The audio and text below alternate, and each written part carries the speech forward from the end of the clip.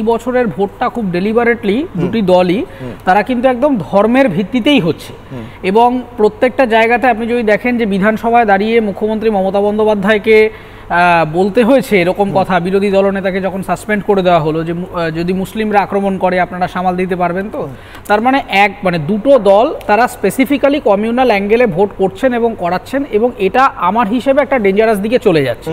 তার কারণ হচ্ছে যে যেভাবে বাংলায় দুটো মানে কমিউনিটি যদি আলাদা হয়ে যায় এবং আমাদের সম্প্রীতি যদি নষ্ট হয় সেটা কিন্তু খুব ক্ষতিকারক হয়ে যাবে। তাহলে হিন্দু ভোট কনসলিডেটেড হয়ে গেলে কিন্তু আলটিমেটলি বিজেপি লাভবান হবে।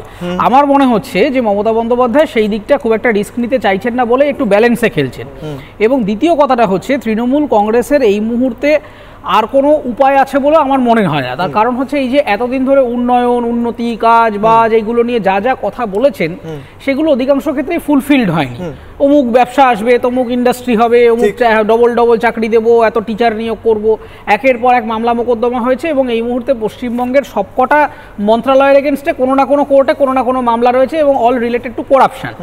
ফলে এইবারে আর ওই উন্নয়ন চাকরি বাকরি খাদ্য বস্ত্র বাসস্থান এই গল্পটা আর চলছে না। তো সেই কারণে ডিরেক্টলি একদম পলিটিক্সে লাস্ট অস্ত্র হচ্ছে ধর্ম।